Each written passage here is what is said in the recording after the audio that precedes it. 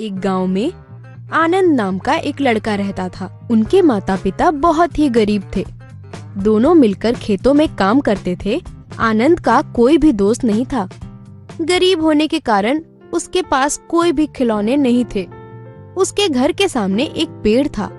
हमेशा वो उसके ऊपर जाकर बैठ जाता था और आने वाले लोगों को देखा करता था। हमेशा अपने माँ बाप से खिलौने की मांग करता था।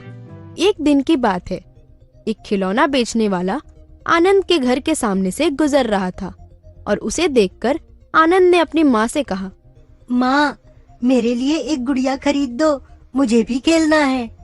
बेटा, हमारे पास इतने पैसे नहीं हैं, फिर भी मैं कोशिश करती हूँ। मुझे आज किसी भी तरह से खिलौने खरीद कर दो। आप लोग मुझे कुछ भी खरीद कर नहीं देते हो। आज मुझे खरीद दो। आनंद की जिद के कारण उसकी माँ सोचती है, एक छोटी सी गुड़िया खरीदने में क्या जाता है। फिर वो ये सोचकर उस खिलौने वाले के पास जाती है और कहती है, अरे भाई, ये गुड़िया कितने की दी? 10 रुपए की है बहन जी। क्या, इतनी महंगी? 5 रुपए में कोई गुड़िया नहीं है क्या? मेरे पास तो नहीं है। पता नहीं लोग क्यों इतना सस्ता सामान ढूंढते हैं। आनंद की माँ वापस चली जाती है और कोई भी गुड़िया नहीं खरीदती है। आनंद बाहर से बहुत ही उदास होकर घर में वापस चला आता है और बैठकर रोने लगता है और उस दिन रात में बिना कुछ खाए पिए ही सो जाता है। फिर दूसरे दिन सुबह पेड़ पर जाकर वापस बैठ जाता है जिस पर वो हमेशा बैठा करता था। रोज की तरह वो इधर उधर देखने लगता है। अचानक एक पक्षी आते हुए उसे दिखाई देता है। वो बड़ा ही अजीब पक्षी था। उसके बड़े बड़े पंख थे, चोंच भी बहुत बड़ी थी, पर उसने अपनी चोंच में कुछ पकड़ रखा था। वो उड़ता हुआ आकर उसी डाल पर बैठता है जहाँ पर आनंद बैठा हुआ था। आनंद ने गौर से उसकी तरफ देखा। उसे उसकी चोंच में कुछ नजर आता है। वो देखता है कि उसकी चोंच में तो एक गुड़िया है और वो पक्षी उस गुड़िया को उसी डाल पर छोड़कर चला जाता है और आनंद इस गुड़िया को उठा लेता है। अरे, ये तो बहुत खूबसूरत गुड़िया है। ये तो अपनी आंखें भी खोलती बंद करती है। आनंद उस गुड़िया को पाकर बहुत खुश हो जाता है। गुड़िया को लेकर घर के अंदर आता है। सारा दिन उसी गुड़िया के साथ खेलता है और रात को भी उसी से खेलता हुआ अपने पास रखकर सो जाता है। जैसे ही रात के 12 बजते हैं तो अचानक गुड़िया के अंदर जान आ जाती है और वो अपने पंख लहराकर उड़ने लगती है। रात के अंधेरे में वो बहुत चमक रही थी। उसकी रोशनी से सारा घर और कमरा चमक रहा था। कुछ देर बाद रोशनी से आनंद की आंख खुल जाती है और वो बहुत ही आश्चर्यचकित हो जाता है और वो देखता है कि गुड़िया तो और सुंदर लग रही है और उसके तो पंख भी हैं। आनंद को विश्वास ही नहीं हो रहा था। आनंद, तुम मुझे बहुत अच्छे लगे। तुम्हारी तरह मेरा भी कोई दोस्त नहीं है और अब तक मैं उन्हीं पक्षियों के पास रहती थी। तो क्या तुम्हारे कोई माता पिता नहीं है? मेरी माँ एक देव कन्या थी और वो सारे पक्षियों की संरक्षक थी, सबकी रक्षा करती थी। जब मैं छोटी थी तब एक जादूगरनी ने मुझे अपने जादू से एक गुड़िया बना दिया और मुझे अपनी माँ से दूर कर दिया था। सिर्फ रात के कुछ समय के लिए ही मेरे अंदर जान आती है। तुम्हारे बारे में जानकर मुझे बहुत बुरा लग रहा है। क्या तुम्हें अपने परिवार से मिल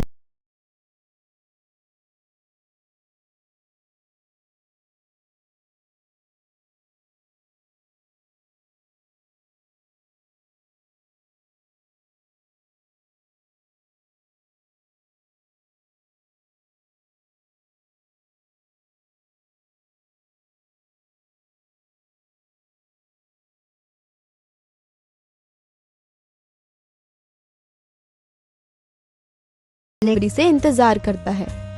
जैसे ही रात के 12 बजते हैं, इस गुड़िया के अंदर जान आ जाती है और फिर से चमकीली और सुंदर हो जाती है और उड़ने लगती है।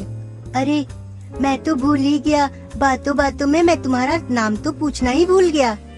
मैं पूरे दिन तुम्हारे ही बारे में सोचता रहा कि मैं तुम्हारी किस तरह से मदद कर सकता हूँ।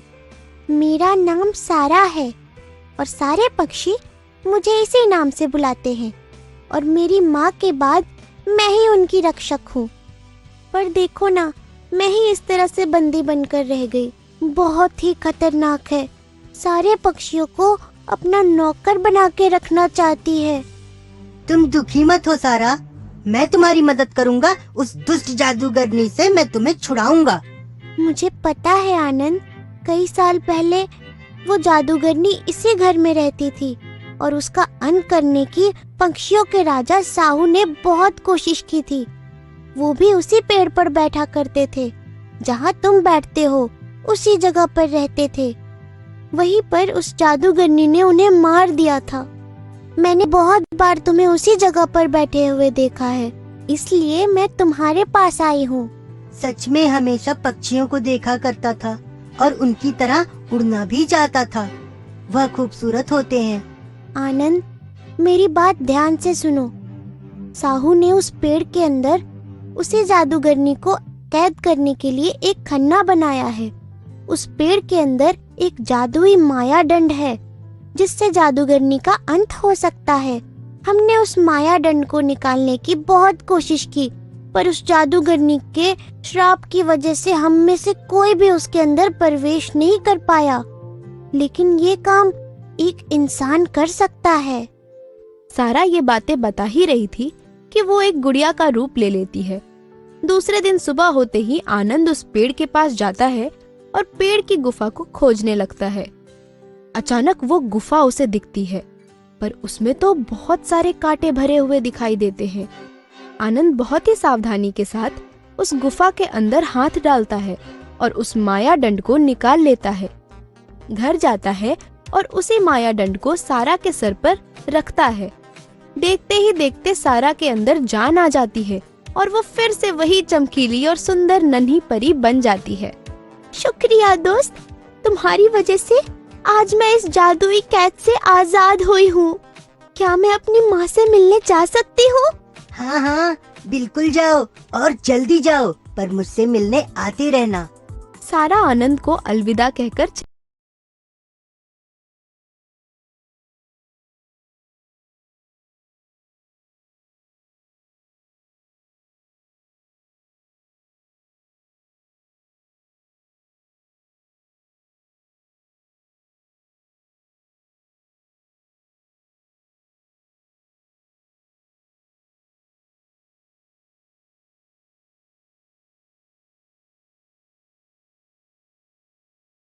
चली जाते हुए थे।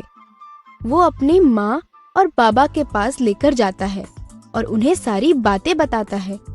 उस दिन से उसके परिवार में कोई परेशानी नहीं आती है और वो पहले से कई ज्यादा अमीर और बड़े घर का मालिक बन जाते हैं और उसके परिवार में अब किसी भी बात की कोई कमी नहीं थी और अपना जीवन बहुत ही खुशहाल और खुश होकर जीने लगे। ये कहानी हरिनगर नाम के गांव में रहने वाले मुकेश की है। मुकेश उसके पिताजी के गुजर जाने के बाद उसकी माँ का इकलौता सहारा था और काफी मेहनती बच्चा था। एक दिन मुकेश की माँ की तबीयत अचानक खराब होने लगी और फिर मुकेश की माँ बीमारी की चपेट में आ गई। डॉक्टर ने मुकेश को बताया कि वो अगर अपनी माँ की ठीक तरह से देखभाल करे और समय पर दवाइयाँ और भोजन कराए तो उसकी माँ जल्द ही ठीक हो जाएगी। मुकेश घबरा सा गया। उसे समझ ही नहीं आ रहा था कि वो दवाइयों और भोजन के लिए पैसे कहाँ से लाएगा। मुकेश उदास सा चेहरा लेकर काम की तलाश में निकल पड़ा। काफी घूमने के बाद और लोगों से पूछने के बाद उसे एक सेठ मिला। क्या हुआ, इतना घबराए हुए क्यों हो? सेठ जी, मेरा नाम मुकेश है। काफी जगह पूछने के बाद ही मुझे आपका पता मिला। मेरी माँ बड़ी बीमार है सेठ जी, और दवाई और खाने के लिए मेरे पास कुछ नहीं है। मैं आपसे विनती करता हूँ, मेरी मदद कीजिए। ये बात सुनकर वो सेठ उसे तुरंत ही काम पर रख लेता है और फिर पूरा दिन मुकेश सेठ के यहाँ काम करता और शाम को अपनी माँ के लिए दवाई और खाना लेकर घर जाता और अपनी माँ की देखभाल करता था। देखते ही देखते समय निकलता गया। पर एक दिन जब मुकेश काम पर थोड़ी देर से पहुंचा, तो सेठ ने बहाना बनाकर उसे बाहर निकाल दिया और यहाँ तक कि उसे पैसे भी नहीं दिए। उसके बहुत माफी मांगने के बाद भी सेठ ने अपना मन नहीं बदला और मुकेश फिर रास्ते पर उदास ही चल पड़ा। कुछ दूर चलने के बाद और बहुत कड़ी धूप के कारण वो एक बड़ की छांव में ठहर गया और जोर जोर से रोने लगा। वहाँ पास में ही एक बूढ़ी औरत बैठी थी जो उसे रोता देख उसके पास आई। अरे बेटा, क्या हो गया? तुम क्यों रो रहे हो? मुकेश ने उस औरत को बताया कि उसके मालिक ने उसके साथ ऐसा सलूक किया और यहाँ तक कि पैसे भी नहीं दिए और अब वो अपनी माँ की देखभाल कैसे करेगा। देखो बेटा, मैं तुम्हारी ज्यादा तो मदद नहीं कर सकती। मेरा खुद का गुजारा भी लोगों के दिए पैसों से चलता है, पर तुम ये पैसे ले जाओ। मुझसे ज्यादा अभी तुम्हें इसकी जरूरत है। मुकेश उस बूढ़ी औरत की अच्छाइयाँ देखकर खुश हो जाता है और उसे कहता है, आप फिक्र ना करें, मैं बहुत मेहनत करूंगा और ये पैसे बहुत ही जल्द लौटा दूंगा। बूढ़ी औरत उसमें इतनी हिम्मत देखकर मुस्कुराती है और उसे आशीर्वाद देती है। वो पैसे लेकर मुकेश अपनी माँ की दवाइयाँ लेता है और खुद के खाने के पैसे बचाकर दुकान से जा कुछ फसल के बीज खरीद लेता है और अपने घर के बाहर छोटी सी जमीन में बो देता है और फिर रोज सुबह उसे पानी से सींचने लगता है और साथ ही काम पर जाता है और बहुत ज्यादा मेहनत करने लगता है। देखते ही देखते उसके पौधे बड़े होने लगते हैं और उन्हें बाजार में बेच मुनाफा कमाकर वो थोड़ी और जमीन ले लेता है और फिर से उसमें पौधे उगाने लगता है। जैसे जैसे दिन निकलने लगते हैं, मुनाफा भी बढ़ने लगता है। धीरे धीरे मुकेश की माँ अच्छे इलाज और देखभाल से ठीक हो जाती है और सब कुछ बहुत ही अच्छा चलने लगता है। एक दिन उनकी पड़ोस में रहने वाली औरत मालती मुकेश की माँ से कुछ मांगने उसके घर जाती है। अरे माँ जी, थोड़ा सा चावल मिलेगा? क्यों नहीं, ले जाओ। जैसे ही मालती उसके घर के अंदर जाती है, वो देखती है कि वहाँ महंगा सामान है।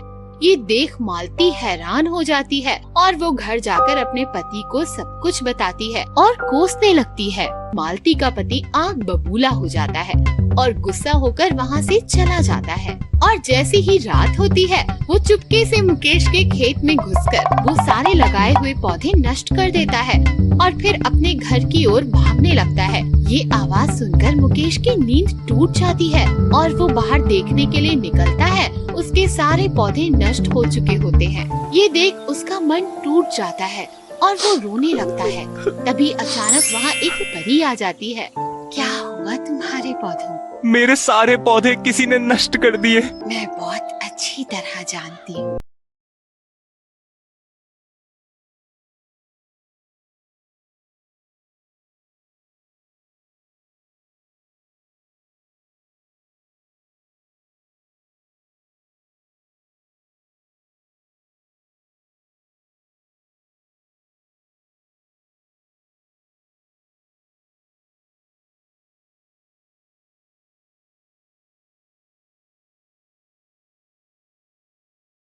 ये सब कुछ देख रहा होता है।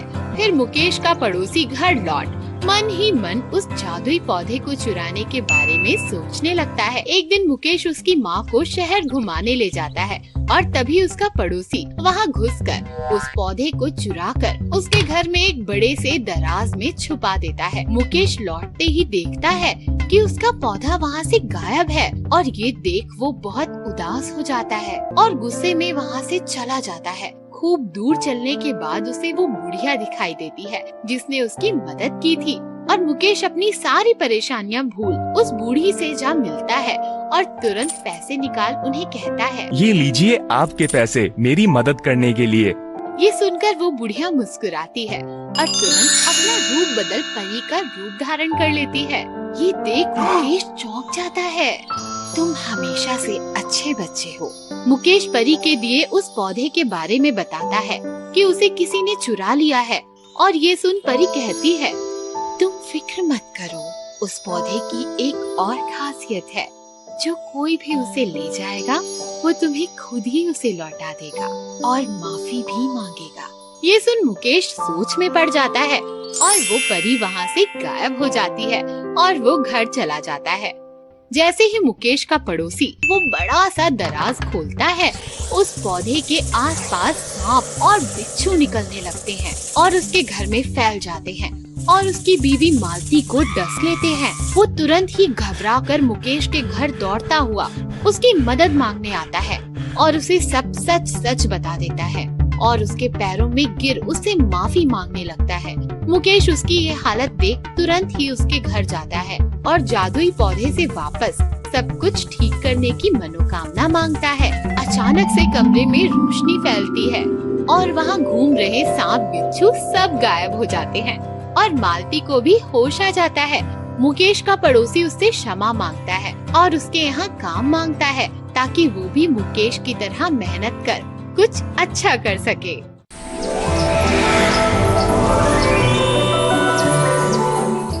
कई साल पहले एक गांव में एक बढ़ई रहता था।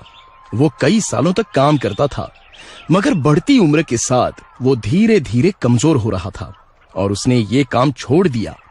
इस बढ़ई का एक बेटा था, रामू, जो राधे नाम के लड़के का बहुत ही अच्छा दोस्त था। बढ़ई कहता है, रामू, अब मेरी उम्र हो गई है, अब मैं ये काम और नहीं कर सकता, अब तुम्हें ही ये सब कुछ करना होगा। तो रामू कहता है, पर बापू, मैं ये अकेला कैसे कर सकता हूँ? बढ़ई कहता है, मुझे नहीं पता, अब तुम्हें ही घर चलाना होगा। रामू कहता है, ठीक है, मैं एक काम करता हूँ, मैं राधे के साथ मिलकर काम करना शुरू कर देता हूँ। ऐसा कहकर रामू ने जाकर राधे से ये बात बता दी। राधे, मैं सोच रहा हूँ कि हम दोनों को मिलकर कुछ व्यवसाय शुरू कर देना चाहिए। हाँ हाँ, बात तो तुमने बहुत बढ़िया ही कही है, हम दोनों को भी 2 पैसे मिलते रहेंगे। भाई राधे, कई दिनों से बापू ने काम बंद कर दिया है, तो घर में पैसों की किल्लत आ गई है। तुम थोड़े पैसों का बंदोबस्त कर देते तो हम लकड़ियाँ खरीद सकते थे। भाई रामू, पैसा तो मेरे पास है ही नहीं। अब हम एक काम करते हैं, और काम शुरू करने के लिए हमें जो लकड़ियाँ चाहिए वो हम खुद ही जंगल से लेकर आ जाते हैं। वाह भाई राधे, तुमने तो बड़ी अच्छी बात कही है। ऐसा कहकर दोनों जंगल की ओर चल दिए। बढ़ई का काम करने के लिए उन्हें सीधे तने की लकड़ी ही चाहिए थी। दोनों सीधे कोने की लकड़ी की तलाश में जंगल में आगे बढ़ते चले गए। रामू, जरा इस पेड़ को देखो, ये बिल्कुल सीधा तने वाला पेड़ है। हाँ हाँ, सही कहा।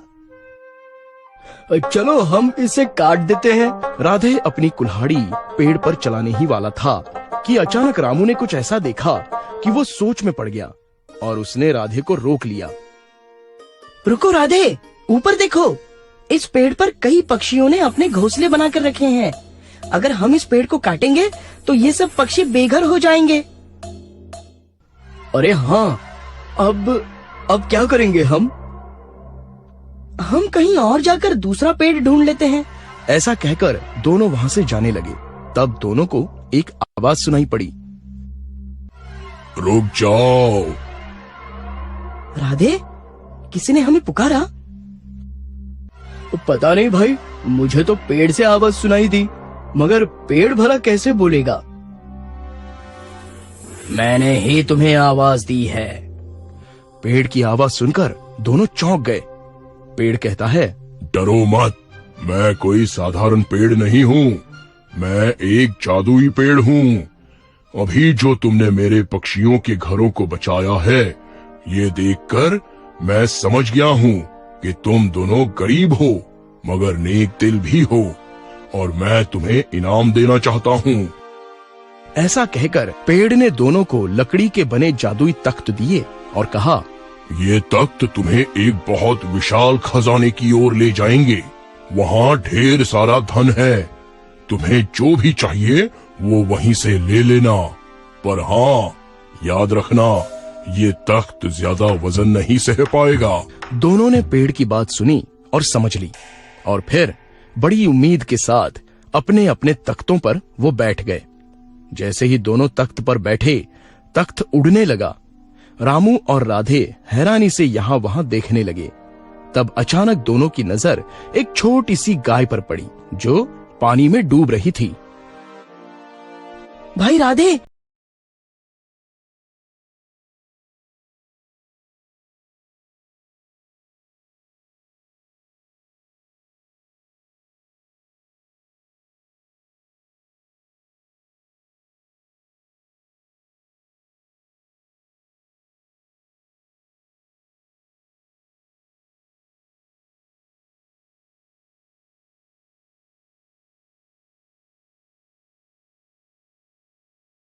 अपने तख्त पर जगह दे दी।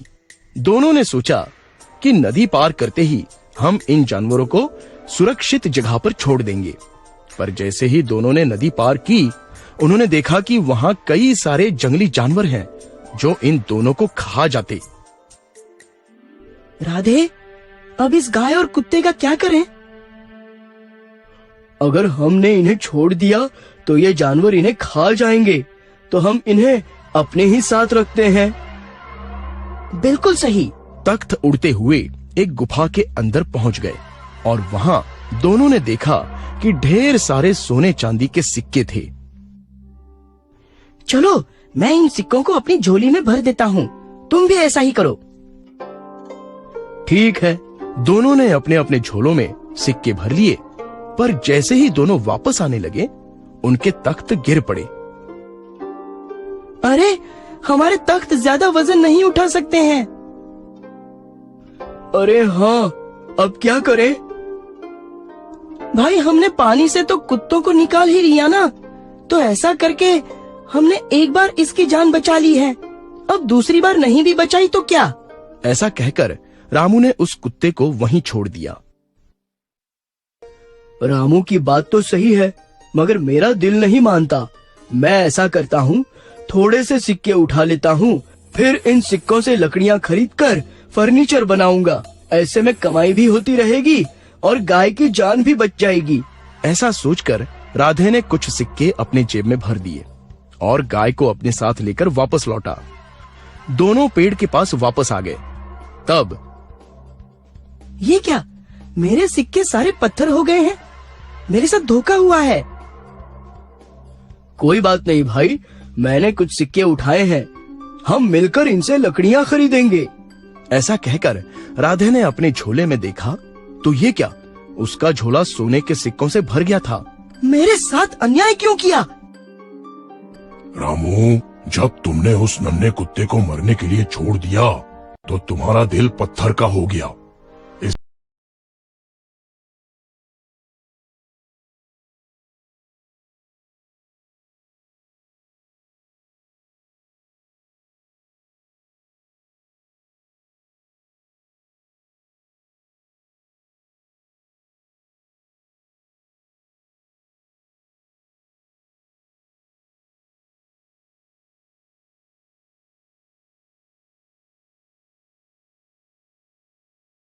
करेंगे। सच राधे? हाँ रामू, हम दोस्त जो हैं।